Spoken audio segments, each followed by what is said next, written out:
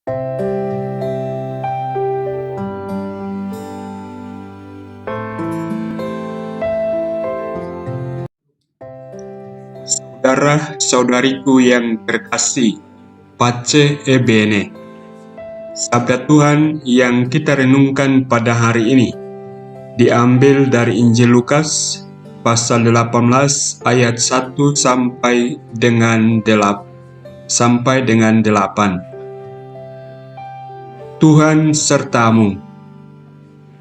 Inilah Injil suci menurut Lukas. Dimuliakanlah Tuhan.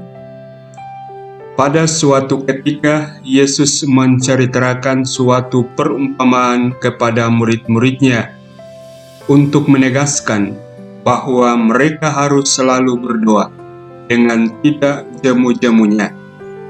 Ia berkata, di suatu kota ada seorang hakim yang tidak takut akan Allah dan tidak menghormati siapapun. Di kota itu ada pula seorang janda yang selalu datang kepada hakim itu dan berkata, "Belalah aku terhadap lawanku." Beberapa waktu lamanya hakim itu menolak. Tetapi ia kemudian berkata dalam hatinya, "Walaupun aku tidak takut akan Allah dan tidak menghormati siapapun, namun karena janda ini menyusahkan daku, baiklah aku membenarkan dia, supaya jangan terus-menerus datang dan akhirnya menyerang aku." Lalu Yesus berkata, "Camkanlah perkataan hakim yang lalim itu. Bukankah Allah akan membenarkan para pilihannya yang siang malam berseru kepadanya? Dan adakah ia mengulur-ulur waktu sebelum menolong mereka? Aku berkata kepadamu, ia akan segera menolong mereka. Akan tetapi, jika Anak Manusia datang, adakah ia menemukan iman di bumi ini?" Demikianlah sabda Tuhan. Terpujilah Kristus.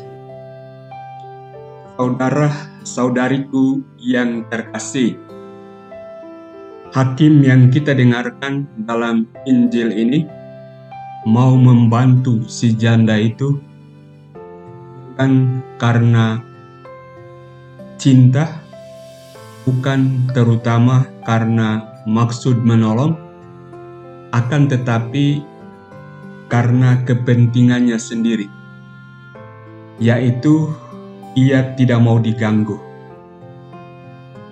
Keteguhan hati si janda untuk terus-menerus memohon akhirnya mendapat jawaban dari si hakim itu. Hakim ini dikenal sebagai orang yang tidak takut akan Tuhan dan tidak menaruh hormat kepada siapapun. Kualitas dirinya adalah sebagai seorang pribadi yang tidak baik. Akan tetapi, ia mau membantu karena pada akhirnya ia tidak mau diganggu oleh sesamanya, si janda ini. Ia tidak mau diganggu oleh orang lain. Sikap dari si hakim itu langsung dibandingkan dengan Allah. Allah yang kita imani adalah yang Maha Pengasih, yang Maha Murah Hati. Allah yang demikian tentu akan berbeda sama sekali dengan sikap si hakim ini. Ketika ia menaruh hatinya untuk kita, terhadap permohonan-permohonan kita, ia menaruh hatinya, menganugerahkan, memberikan apa yang kita mohonkan, tentu bukan karena kepentingannya sendiri, bukan karena kepentingan Allah, akan tetapi semuanya dalam dirinya ia hanya menghendaki yang baik untuk kita. Ia hanya menghendaki agar kita memperoleh hidup. Oleh karena itu, jangan pernah jemu, jangan pernah takut, jangan pernah pudar semangat kita, jangan pernah menyerah untuk selalu bermohon kepada Tuhan apa yang kita butuhkan, apa yang kita rindukan untuk kehidupan kita. Tuhan akan menganugerahkan pada saatnya apa yang memang kita butuhkan untuk perjalanan kehidupan kita. Allah yang Maha Pengasih tahu apa yang kita butuhkan untuk perjalanan kita.